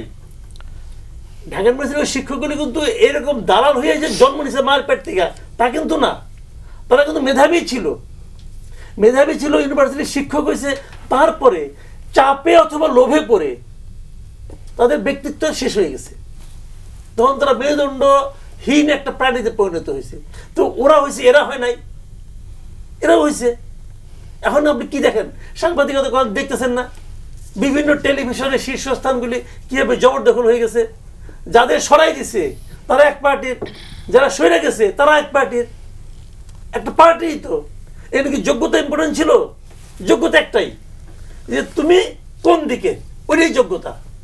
এখন যদি সব জায়গায় এরকম থাকে, সমস্ত জায়গায় সমস্ত সেক্টরে সমস্তগুলি আপনার মানে প্রতিষ্ঠানে যদি যোগ্যতাটা হয় দলীয় আনুগত্য, তাহলে যখন নাকি আপনি এরকম একটা আপনি সনদ করেন অথবা যাই করেন, সেটা যখন অমান্য করবে এই দলীয় অনুগত লোকগুলি কিন্তু বলবে এটা ঠিকই আছে, এটাই ঠিক বলার লোক, তখন আমরা যে চিউ চিউ করে কি বলবেন এটা শুনবে না, কিন্তু ওইটাই ঠিক, কারণ তার জ্ঞানী লোক, তারা একটা সার্টিফিকেট দিবে যে ওখানে যা ছিল ওইটার ব্যাখ্যা এটা হয়, করে দিয়ে দিব। তো হবে, দেখেন কি হয়, সামনে আসুক, আহমদ ভাইয়ের ক্ষমতায় আসুক, তখন দেখবো আমরা। জি মান্না, নির্বাচনের প্রসঙ্গে যাব, তবে তার আগে মির্জা ফখরুল ইসলাম আলমগীরের দুটি মন্তব্য আজকের এক অনুষ্ঠানে। 1/11 মতো ঘটনা ঘটা অস্বাভাবিক কিছু নয়, আর ফেব্রুয়ারি ডেডলাইন পার হয়ে গেলে প্রধান উপদেষ্টার সম্মান ক্ষুণ্ণের শঙ্কা, এই দুটি মন্তব্যকে আপনি কিভাবে দেখেন? একটা এম্বারেসিং প্রশ্ন করে ফেলছেন। এম্বারেসিং মানে কি আমি বলি, মানে বলতে আমার কোনো ভয় নেই, কিন্তু আমি ইনজাস্টিস করতে চাই না। এক নম্বর হচ্ছে, যে পটভূমিতে যে প্রেক্ষাপটে কথাটা বলা হয় তার আগাপাশতলা বুঝে নিয়ে কথা বলতে পারলে ভালো। আমি এটা করতে পারি, আমি জানি, আমি জাস্ট এই বিচ্ছিন্ন করে আপনি যেটুকু বললেন, আর একটা টেলিভিশনে ছিলাম সেখানেও এরকম করে বলেছে, আমি তার প্রেক্ষিতে বলেছি। 2 নম্বর বিষয় হলো কি, আমি ঠিক মাসুদ কামাল নই, মানে সাংবাদিক নই, আমি একটা দল করি, দলের আবার প্রেসিডেন্ট, আমি একটা জোট করি, আবার সেই জোট আবার বৃহত্তর যুগপথের মধ্যে ছিল এই আন্দোলনের বিরুদ্ধে। সেই যুগপথ এখন আছে না নাই কেউ বলছি না, আগামী দিনে পলিটিক্সের শেপ কী হবে সেটাতে এটা একটা ভূমিকা রাখতে পারে। অতএব আমি যখন বলছি তখন ওই রাজনীতিটাকেও বিবেচনায় রাখছি, আবার রিয়েলিটি কোনটা সেটাকেও বিবেচনা রাখছি। দুটোকে একসাথে কম্বাইন করা খুব হাই ইন্টেলেকচুয়ালিটির ব্যাপার। আমি অত বড় ইন্টেলেকচুয়াল নই, আবার আমি বরঞ্চ খুব স্ট্রেট কথা বলতে পছন্দ করি। যেমন ধরেন, আমার কাছে এইটা মনে হয়েছে যে আবার 1/11 মতো ঘটনা ঘটতে পারে, যেসব ঘটনা ঘটে যাচ্ছে, আমি এরকম ঘটনা দেখতে পাচ্ছি না। উনি নিশ্চয়ই দেখতে পারেন, উনি অনেক বড় দলের বড়, মানে সবচেয়ে না হলে অন্তত 1 বা 2 নম্বর 3 নম্বর লোকের মধ্যে উনি যতখানি দেখতে পান আমি ততখানি দেখতে পাচ্ছি না। কিন্তু এরকমই দেখছি, ধরেন যে সোশ্যাল মিডিয়াতে কেউ বলছেন, প্রধান সেনাপতির নাম করে বলছেন যে উনি কিন্তু ক্ষমতা দখলের জন্য এসব এই ওই করছেন। আমার মাথার মধ্যে ঘুরে, ওর তো সবচেয়ে ভালো টাইম ছিল 5 আগস্টে নিয়ে ফেলতো, সবাই খুশি হইতো, হাততালি দিত, ঠিক করছে, মানে সেই হিরো হয়ে যেত। মানে আমি দেখি যে এই অভ্যুত্থানের সময়গুলোতে পিপলস ইয়াটা এরকম আবেগটা এমন থাকে যে ওখানে হাবিলদারও যদি ক্ষমতা নিতে মনে করবো সেই আসল। আমরা তো সবসময় জানতাম কি আর্মি বড় মানুষকে জেনারেল, লেফটেন্যান্ট, মেজর জেনারেল, তাহলে মেজর একটা ক্ষমতা দিয়ে দিল, তার গড়া পার্টি এখন বাংলাদেশের সবচেয়ে বড় পার্টি হয়েছে না। আবার আর এক লোকের কোনো ব্যাকগ্রাউন্ডই নেই, তিনি 10 বছর ধরে দেশ শাসন করলেন, তখন কিন্তু তারা সের উপরে পপুলার ছিলেন। তো সেই অর্থে আমি বলছি যে এই মানুষগুলো মানে যত বেশি জানবেন, যত বেশি কানেক্টেড আছেন, সেগুলোকে বিচার করে আমাকে তাহলে বিশ্বাস করতে হবে যে এখন কেউ ভেতরে ভেতরে গুটি চালাচালি করছে, 111-এর মতো করে ইউনিসেফ সরকারকে হটিয়ে দিয়ে ক্ষমতায় নিয়ে ফেলবে। আমি জানি না এটা। ফলে উনি সিনিয়র পলিটিশিয়ান, আমার বড় ভাইয়ের মতো, আমি তাকে রেসপেক্ট করি, তাকে আমি ডিসঅনার করছি না, তবে এই কথার বাণী আমি অত ভালো করে বুঝিনি। নির্বাচন বানচালের কোনো ষড়যন্ত্র এখনো মানে এই যে সামাজিক আপনি বলছিলেন, আমি এই পর্যন্ত নির্বাচন বানচালের কোনো ষড়যন্ত্রই দেখিনি। মানে অনেকেই মনে করে সেটা এরকম, অনেকে তো মনে করে ডক্টর ইউনূস মনে মনে বহুত ধান্দা আছে, ক্ষমতা নিয়ে ফেলবে ইত্যাদি।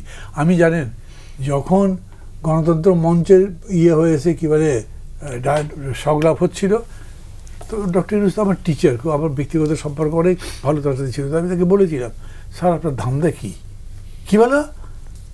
না মানে স্যার আপনি এত বড় হয়ে গেছেন, আপনি even bigger than the chief adviser, তো আপনি কি আবার এখানেই আসতে চান? না তা কেন চাইবো? তো আমি বলে ফেলতে পেরেছি, আমার কাছে মনে হয়নি যে আমি কোনো অন্যায় করলাম বা তাকে আমি অপমান করছি। আমি তাকে মনে করি সেটা জিজ্ঞেস করা বরঞ্চ ভালো, ওইসব ধান্দা থাকলে বাদ দিয়ে দেন, because you are bigger than really. আমি মনে করি যে এই অ্যাডভাইজার হিসেবে যে উনি বলেছেন না, শেষ পর্যন্ত নির্বাচন না করলে সম্মান ক্ষুণ্ণ হতে পারে, ক্ষুণ্ণ হতে পারে, যেমন নাও তো হতে পারে। যদি যে এই নির্বাচন বানচালের জন্য দায় জামাত ইসলামের বলে প্রমাণিত হয়, যদি দায় বিএনপির বলে প্রমাণিত হয়, তখন তো ডক্টর ইউনূসের সম্মান ক্ষুণ্ণ হবার কোনো ব্যাপার নেই। নির্বাচনটা বানচাল হবে কেন? আমি দেখি এই নির্বাচনের তো কোনো বিকল্প নাই। আপনি যদি নির্বাচন না করেন তার মানে কি মার্শাল্লাহ চান, আর কি চান? নির্বাচন না চাওয়া মানেই হচ্ছে একটা আনডেমোক্রেটিক ফোর্স চান। এই যে আজকে এত কথাবার্তা বলতে পারছি, আমাদেরই হয়তো পালায় থাকতে হবে তখন 5 বছর না 10 বছর, কে জানে। তো অন্য যে কোনো পার্টি, যে কোনো পলিটিক্যাল ফোর্স ইলেকশন বানচাল করতে চাইবে, কারণ তারা তাদের রিলেটিভ অ্যাডভান্টেজ খুঁজতে পারে, সেই জন্য তারা এই প্রেস করতে পারে, ওই প্রেস করতে পারে। তাকে আবার আপনি যেহেতু রাজনীতি করেন, একটু বেকায়দায় ফেলার জন্যে, একটু বিলো দি বেল্ট হিট করার জন্যে ওইটাকে ধরে বললে তুমি এইটাই করছো, এরকম করি তো আমরা, ব্লেম গেম করে সেটা চাপিয়ে দিই, এরকম হয় না? রাজনীতিতে প্রচুর পরিমাণে হয়। তাছাড়া যদি বলেন অনেস্টলি যদি বলেন, তাইলে অন্তত এই সবাইকে নিয়ে আমি ওই ব্যাড পলিটিক্স চিন্তা করি না।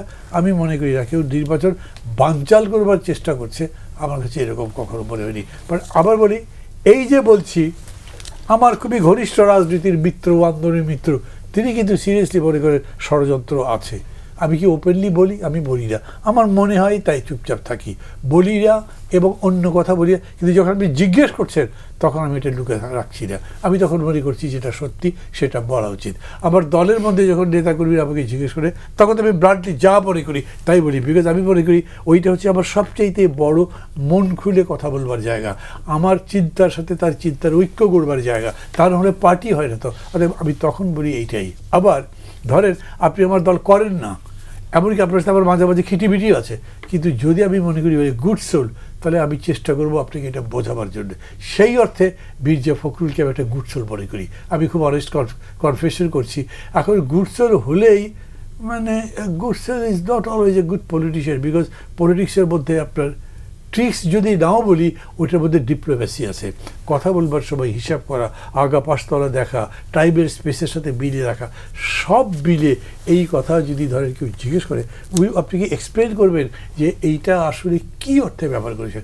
111 হওয়া মানে তো নিশ্চয়ই আর্মি ব্যাক্ট হইতে হবে, তার মানে নিশ্চয়ই সেখানে জেনারেল কী বলে ওয়াকার তো ওর তো ধান্দা থাকতে হবে। আর ওরা যদি ধান্দা না থাকে, ওকে বার করে দিয়ে আরেকজন একটা ধান্দা করবে, মানে এত দূর পর্যন্ত সিস আই ডোন্ট নো। আমি শেষ করে দিচ্ছি।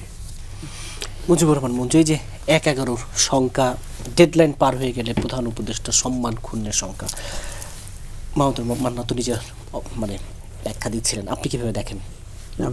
প্রধান উপদেষ্টার সাথে লাস্ট যে মিটিং হয়েছিল সেখানে আমিও এই কথাটা ওনাকে বলেছিলাম যে স্যার আপনার কাছে তো 3টা বড় দাগে আমাদের প্রত্যাশা।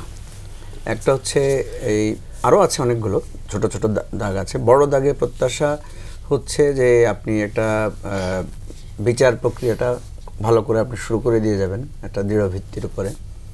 দ্বিতীয় হচ্ছে যে আমাদের যে সংস্কারের প্রত্যাশা, যে আমরা একটা নতুন ডাইমেনশন অফ পলিটিক্স আর গণতন্ত্রের উত্তরণ, সেটা আমরা চাইবো আপনার কাছ থেকে একটা সংস্কারের জায়গা করা। আর তৃতীয় হচ্ছে একটা অসাধারণ নির্বাচন, আপনি যেটা বলছিলেন। তো আমরা জাতীয় ঐক্যমত্য কমিশনে যেটা দেখলাম, দেখেন 19টা বিষয়ে আমরা কিন্তু একমত হয়েছি, ঠিক আছে, কিন্তু ওখানে 8টা-9টা জায়গায় কিন্তু একটা বিএনপি নোট অফ ডিসেন্ট দিয়েছে। তো জেনারেল পারসেপশন থাকে এরকম যে যদি ধরেন বিএনপি জিতে আগামী পার্লামেন্টে, তাহলে বিএনপি 8টা-9টা বাস্তবায়ন করবে কিনা, যেহেতু সে নোট অফ ডিসেন্ট দিয়েছে। তো তাইলে বোঝা যাচ্ছে যে আমরা খুব যে ভালো একটা সংস্কার করব বা সংস্কারের বিষয়গুলো খুব স্বচ্ছ, স্পষ্ট, দৃঢ় সনদ তৈরি হবে, এই জিনিসটা একটা আছে, এখন পর্যন্ত স্পষ্টতার সমান ঘাটতি আছে। হ্যাঁ, আচ্ছা ঠিক আছে, ধরুন না সংস্কার আমরা অতভাবে করতে পারলাম না, বাট একটা প্রত্যাশা তো জাগ্রত হয়েছে। ফাইনালি হচ্ছে ইলেকশন। আমাদের দেশের যত গণ্ডগোল সব ইলেকশনকে নিয়ে হয়েছে। আপনি 71 সালে স্বাধীনতা যুদ্ধ যদি ধরেন, সেটাও কিন্তু একটা নির্বাচন হওয়ার পরে ফলাফল বানচাল করার যে প্রক্রিয়া থেকেই কিন্তু সেটা হয়েছে। এরপরে এরশাদের রেজিম বলেন, এরপরে ধরেন ওই যে শেখ মুজিবের সেই 73-74-এর প্রেক্ষাপট বলেন, আর শেখ হাসিনাটা তো আমাদের কাছে পরিষ্কার। খালেদা জিয়ার বিরুদ্ধেও তো আন্দোলন করেছি আমরা একই নির্বাচন, কেয়ারটেকার নির্বাচনের দাবিতে। এই নির্বাচন যদি প্রফেসর ইউনূস ভালো করে দিতে না পারেন, তাহলে ওনার সম্মান তো ক্ষুণ্ণ হবেই, খুবই স্বাভাবিক এটা। উনি হয়তো অনেক আর্গুমেন্ট দিবেন, উনি হয়তো কথা বলবেন। সেজন্য আমি কিন্তু ওনাকে একটা প্রস্তাবও দিয়েছিলাম সেদিন মিটিংয়ে। মান্নাভাইকে মিস করেছি, উনি অসুস্থ ছিলেন, ওনার সেক্রেটারি ছিলেন ওই মিটিংয়ে। আমি বলেছি, স্যার আপনি যদি যদি দিতে পারবেন না বলে মনে হয়, তাহলে স্যার আপনি একটা কাজ করেন, আপনি দায়িত্বটা ছেড়ে দেন, ছেড়ে দিয়ে আপনি আমাদের সাথে চলে আসেন, আপনি একটা এই অ্যালায়েন্স অর্গানাইজ করেন আমাদের সবাইকে নিয়ে। আমরা তখন বলি যে আমরা সংস্কার চাই, জনগণ যদি আমাদেরকে ম্যান্ডেট দেয় তাহলে আমরা সংস্কার করবো রাষ্ট্রটাকে এইভাবে। তো সত্যিকার অর্থে আমি কিন্তু সরকারের যে দৃঢ়তার অভাব এবং সরকারের যে দুর্বলতা যেটা তৈরি হয়েছে, আমি দোষ দিচ্ছি না বা আমি এটাকে বড় করে সমালোচনা আকারেও বলতে চাচ্ছি না, কিন্তু বাস্তব হচ্ছে সরকার দুর্বল। এবং এটা উনি অস্বীকার করেন না। স্যারকে আমরা বলেছি যে স্যার আপনার সরকার দুর্বল, কারণ আপনাকে ঘেরাও না করলে এখন পর্যন্ত আপনি কোনো দাবি বাস্তবায়ন করছেন না। এই যে ছাত্ররা গিয়ে সচিবালয়ে ঢুকে পড়লো, তখনই আপনি একটা সচিবকে প্রত্যাহার করলেন, কিন্তু সেই সচিবের বিরুদ্ধে এখন থেকে অনেক অভিযোগ। তো এই অভিযোগগুলো আগে হলো না কেন? এই যে দেখেন, একটা লোক ইট দিয়ে মেরে 3 দিন পরে যখন আমরা ভিডিওটা পেলাম, তখন সরকারও অ্যারেস্ট করতেছে, বিএনপিও বহিষ্কার করতেছে, তার আগে কিন্তু কিছুই হয়নি। সেম ওই ছেলে 10 লাখ টাকা আগে চাঁদা নিয়েই আসছে, পরের 10 লাখ টাকার সময় যখন গেল তখন আমরা জানতে পারছি যে চাঁদা হয়েছে। তাহলে গোপালগঞ্জে কি হয়েছে? বিরাট ফেলিওর অফ দি ইন্টেলিজেন্স।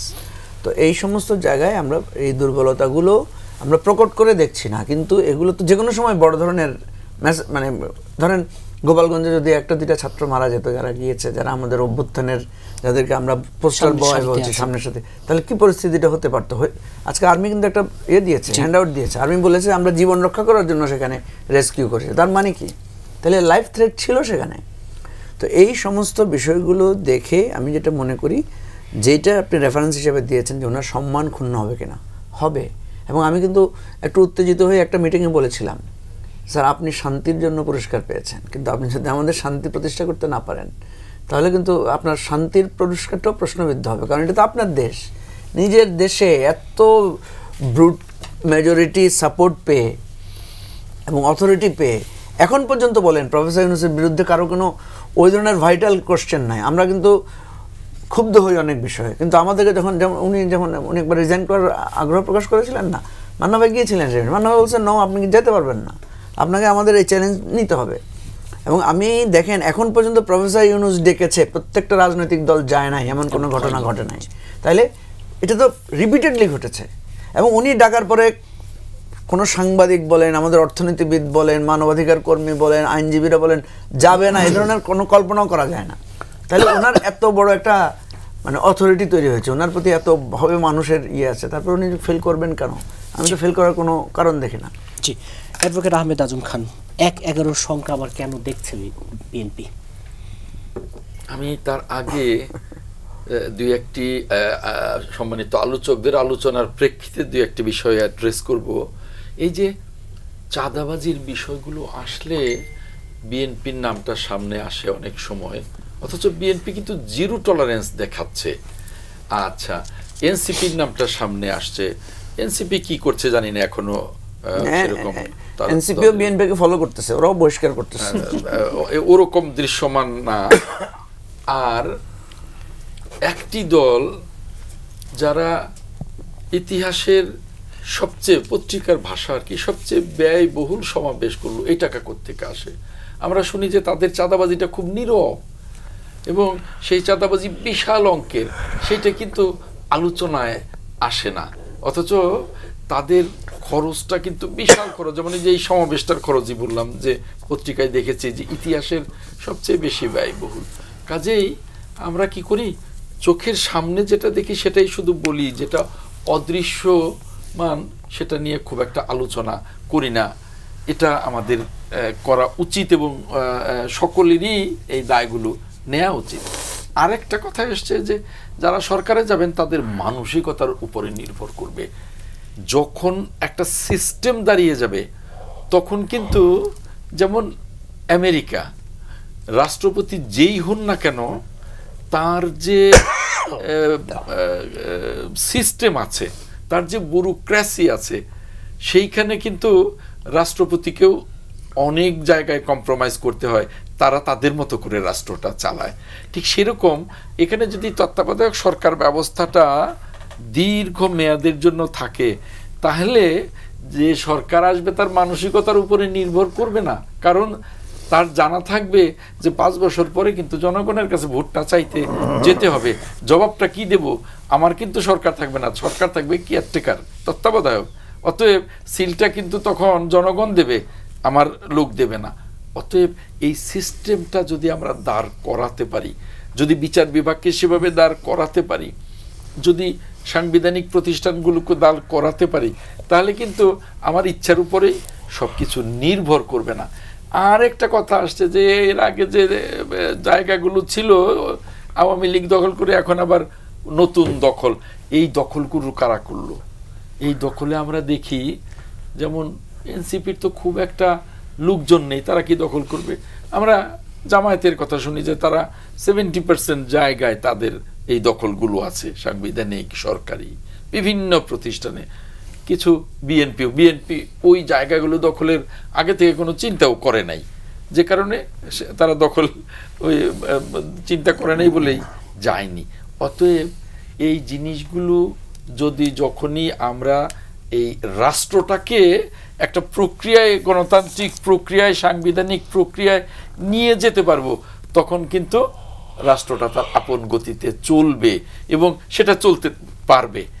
এখন আপনি যে প্রশ্নটা করলেন যে 1-11 কোনো সংখ্যা আছে কিনা, আমি এখনো মনে করি মান্না ভাই অত্যন্ত চমৎকার আলোচনা করেছেন, যে আমি এখনো ডক্টর মোহাম্মদ ইউনূসের উপরে আস্থা রাখতে চাই, তার সরকারটাকে এখনো আমি করতে চাই।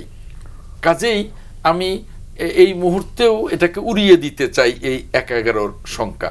কিন্তু আরেকটা জিনিস আমাদের সতর্ক থাকতে হবে, সাথে সাথে ইউনূস স্যারকেও সতর্ক থাকতে হবে যে সরকারের ভেতরে কিন্তু আরেকটা সরকার অবস্থান করে, যে কারণে মাঝে মাঝেই আমরা কিন্তু দেখি যে বিভিন্ন রকমের খবর ভেতর থেকে আসে।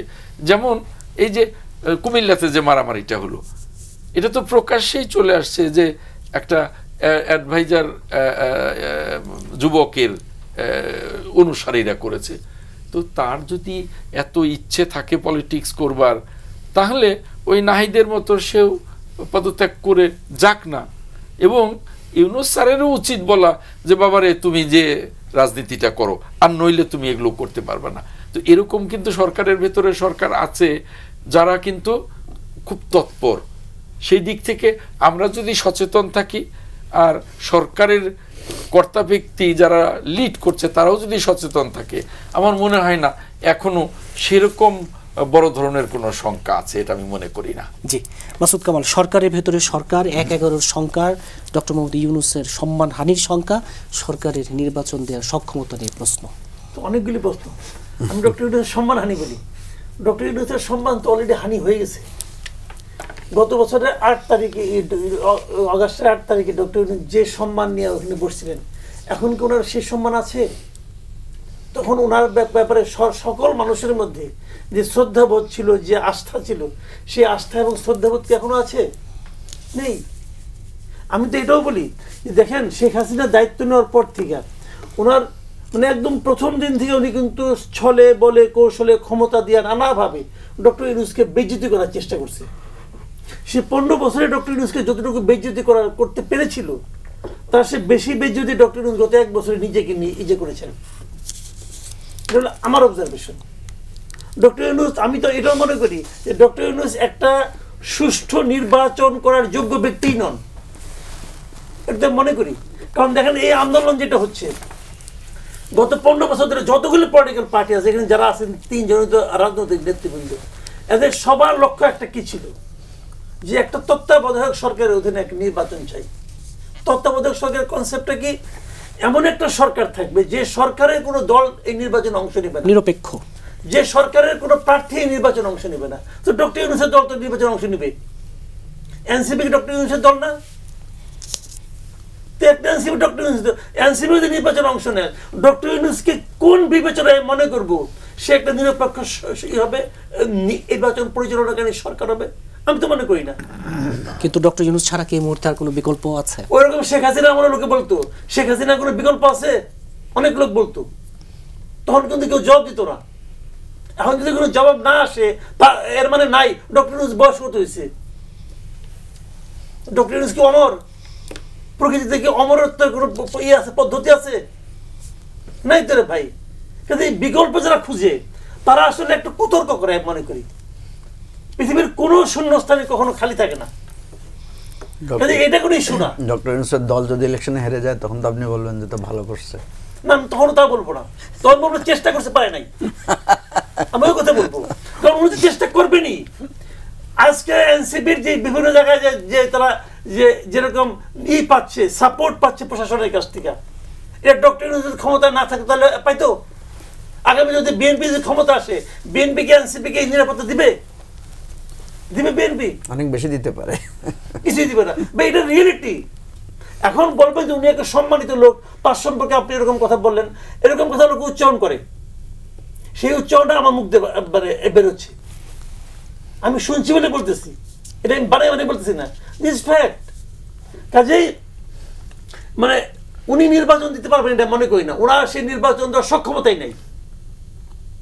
উনি বেসিক্যালি শুনেন, উনি হয়তো একজন সম্মানিত ব্যক্তি, কিন্তু উনি রাষ্ট্র চালানোর জন্য একজন অযোগ্য ব্যক্তি। এটা গত 1 বছর উনি এটা প্রমাণ করে ছাড়ছেন। উনি তো অযোগ্যই না হবেন। দেখেন, উনি এতগুলো লোককে নিয়েছেন এখানে উপদেষ্টা হিসাবে, এবং উপদেষ্টাদের প্রথম দিনই আমরা অনেকে বলছি যে এই লোকটার কোনো যোগ্যতা নাই উপদেষ্টা হওয়ার। উনি 1 বছর ধরে নিজের জেদ থেকে রক্ষা করতেছেন। উনি কিন্তু জেদি মানুষ, কিন্তু উনি জেদ করেন, যেটা করতে করেন, করে ছাড়েন, নানাভাবে করেন, কিন্তু ওই জেদে কোনো দেশে কোনো উপকার হয় না। হাসিনা তাকে বেজ্জতি করছে, উনি বেজ্জতির বদলা নিছেন। ওনার নিজের ইস্যুগুলিকে উনি দ্রুত বেগে করে নিছেন। উনি তো বলতে পারতেন যে আমি আইনের শাসন কায়েম করতে চাই, অথবা আমার বিরুদ্ধে যে মামলাগুলি আছে এই মামলাগুলি স্বাভাবিক নিয়মে চলুক, এই আইনকে এই বিচার বিভাগকে কেউ প্রভাবিত করবে না। উনি তা করেন নাই, উনি অপেক্ষাই করেন নাই, সব মামলা উঠাই নিছেন। তাহলে আইনি শাসন কিভাবে হইল? এটা আইনি শাসন? এটা কি আইনি শাসন নাকি? তো উনি তো পারেন না উদাহরণ তৈরি করতে। ওনার কাছ থেকে আমরা অনেক কিছু আশা করছিলাম, উনি সেগুলো পারেন না। ছোট্ট করে 1-11 সংখ্যার কথাও, 1-11 সংখ্যা আমি দেখি না। আমি দেখি না এই কারণে যে 1-11 সময় একটা দুর্বল সরকার ছিল, কিন্তু মানে ইয়াজউদ্দিনকে সরানো, ইয়াজউদ্দিনকে ধমক দেওয়া যতটা সহজ, অতটা সহজ ডক্টর ইউনূসকে ধমক দেওয়া সহজ না। আর মঈনুদ্দিন আহমেদ আর উনি এক ব্যক্তি না, মানুষের তো একটা অ্যাম্বিশনও কাজ করে। উনি যদি চাইতেন, ওনার যদি মধ্যে সেই অ্যাম্বিশন থাকলে উনি ওই 5ই অগস্টে এই কাজ করে ফেলেতেন। ওনার মধ্যে সেই অ্যাম্বিশন আসবে না মনে করি না। আমি ওরকম কোনো রিস্ক দেখি না। অনুষ্ঠানে একবারই শেষে 4 জনের কাছ থেকে একটি বিষয় মন্তব্য শুনে শেষ করব।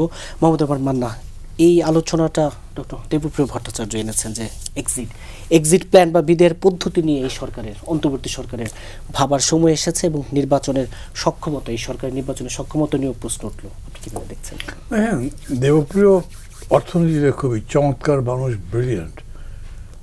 পলিটিক্সও উনি বোঝেন, কিন্তু এইটা কি বলেছেন আমি বুঝতে পারি। এক্সিট কি প্রবলেম আছে? ইলেকশন দেবেন, ভদ্রলোকের মতো চলে যাবেন, এই যে সম্মানের প্রশ্ন তুললেন না, যেটা মঞ্জু বলছে যে হ্যাঁ সম্মান ক্ষুব্ধ হতে পারে, যদি ভালো ইলেকশন না দিলে গুবলেট করে ফেলে তাহলে তো লোকে দূর একটা অপদার্থ লোক, সেই অর্থে তো ঠিক আছে। কিন্তু উনি একটা ভালো ইলেকশন দেওয়ার সমস্যা কি, দিতে তো পারেন উনি, যে উনি চলে যেতে পারে, কাজে এক্সিটে তার কোনো সমস্যা হচ্ছে এরকম আমি মনে করি না।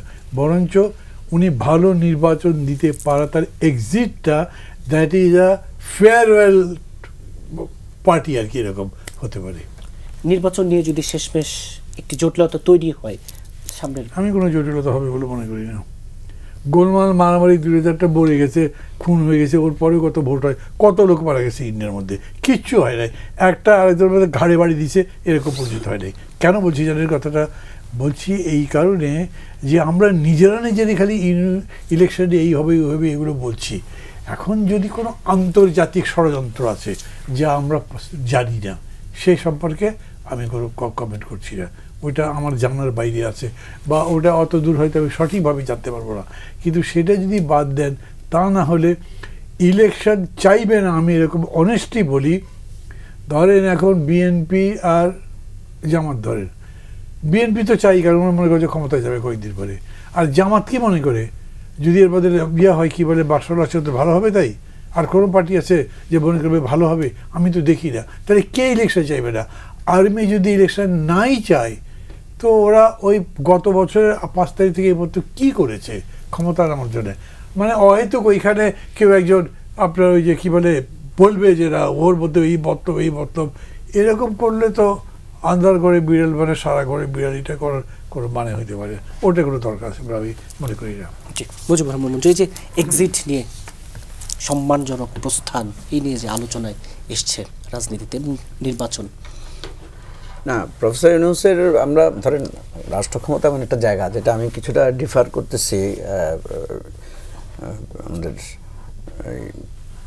মাসুদ কামাল ভাইয়ের সাথে। সেটা হচ্ছে রাজনীতিতে ওঠানামা আছে। বাংলাদেশে যখনই আপনি শাসন ক্ষমতায় থাকবেন তখনই কিছুটা অজনপ্রিয়তা, কিছুটা আপনাকে ক্রিটিক্যাল ইস্যু ফেস করতে হবে। যেমন আমরা তো প্রফেসর ইউনূসের প্রতিদিন সমালোচনা করছি, কারণ আপনি যদি দেখেন যে এরকম একটা ক্রাইসিসের মধ্য দিয়ে উনি টেক ওভার করেছেন, উনি সেফ ল্যান্ডিং করতে পারেন নাই, এগুলো আমরা ওনার কাছে প্রত্যাশার জায়গা থেকে দেখছি। আমি আরেকটা কথা আপনাকে বলে রাখি, ডক্টর ইউনূস সম্পর্কে আমরা এখন অনেক সমালোচনা করছি না, কালকে যখন একটা নির্বাচিত সরকার আসবে তখন দেখবেন যে বাঙালি আবার উল্টা বলা শুরু করবে যে ডক্টর ইউনূসের সময়টা তো অনেক ভালো ছিল। কারণ যারাই ক্ষমতায় আসবে তাদের সাথে তুলনা কিন্তু আওয়ামী লীগের সাথে তুলনা করবে না সবাই। গত বছরের ইলেকট্রিসিটি সিচুয়েশন এবছরের ইলেকট্রিসিটি সিচুয়েশনের সাথে চেঞ্জ করবে, আগামী বছরের ঈদ যাত্রার সাথে গত বছরের ঈদ যাত্রার সাথে সবাই তুলনা করবে, গত বছরের দ্রব্যমূল্যের সাথে এবছরের দ্রব্যমূল্যের তুলনা করবে সবাই, তাই না? তো ফলে দেখবেন তখন ওই আলোচনাটা আবার আসবে। হয়তো মাসুদ কামাল ভাই তখন এ ধরনের ডাটা দিবেন যে গত বছর তো এই ছিল, এবছর এই সরকার ফেল করতেছে। খুব স্বাভাবিক, কারণ উনি সাংবাদিক মানুষ, ওনার তো কোনো দলমত নাই, উনি সবসময় জনগণের পক্ষ হয়ে উনি কঠোরভাবে কথা বলতে পারবেন। তা আমি যেটা বলতে চাচ্ছি সেটা হলো যে আপাত দৃষ্টিতে ডক্টর ইউনূসের যে জায়গাটা আমরা দেখতে পাচ্ছি, আমরা ওনাকে এইভাবে সমালোচনা করছি, কিন্তু ধরেন আমাদের এই সমালোচনার ভিত্তিতে উনি বিভিন্ন প্রসেস ফলো করে দেখা গেল উনি একটা ভালো ইলেকশন দিয়ে দিলেন, এমন একটা ইলেকশন দিলেন যে সবাই খুব হ্যাপি হয়ে গেল, সবাই একটা সেফ ট্রানজ্যাকশন পাওয়ার হয়ে গেল। এবং ওনাকে মানে সবসময় দেখবেন যার হাত থেকে যে যাকে ক্ষমতা দিবেন, ধরেন বিএনপি হোক, জামাত হোক, বা নাগরিক ঐক্য ধরেন কালকে ক্ষমতায় আসলো, তো উনি তো ডক্টর ইউনূসের প্রতি অবলাইজ থাকবেন, তাই না? উনি এত সুন্দর একটা ইলেকশন করছে বলেই তো, যেমন আপনার মনে থাকার কথা আওয়ামী লীগ কিন্তু শাহাবুদ্দিন সাহেবকে প্রেসিডেন্ট বানিয়েছিল, যে কোনো কারণে হোক, যে শাহাবুদ্দিন সাহেব তারা আওয়ামী লীগ করেন না, ওনাকে তো প্রেসিডেন্ট বানিয়েছে। তো এই জন্য বলছি যে সেফ ল্যান্ডিং, আমি মান্নাবের সাথে একমত, সেফ ল্যান্ডিং এর জায়গায় আমি ডক্টর ইউনূসের কোনো থ্রেট দেখি না, ডিউ টু ডক্টর ইউনূসের পার্সোনাল ইন্টিগ্রিটি নিয়ে কারো প্রশ্ন নেই। ইনএফিসিয়েন্সি নিয়ে ওনার আমরা কথা বলতেই পারি, উনি আমাদের শিক্ষক। আমি সেদিন ওনাকে বলছি, স্যার আপনি আমাকে মারলে মারেন, অসুবিধা নাই, আপনি আমার মারলে মারেন, কিন্তু স্যার আপনি কোনো শক্ত সিদ্ধান্ত নিতে পারছেন না, আপনি একটা অ্যাডভাইজারের বিরুদ্ধে এখন পর্যন্ত অ্যাকশন নেন নাই। জি, অ্যাডভোকেট আহমেদ আজম খান, একেবারে অনুষ্ঠানের শেষে এই যে ডক্টর দেবপ্রিয় বলছেন যে সেফ এক্সিটের কথা, এক্সিট প্ল্যানের কথা, এবং এই সরকারের যে কাজ পরবর্তী সরকার কতটা বৈধতা দেবে সেটা ভাববার সময় এবং নির্বাচন।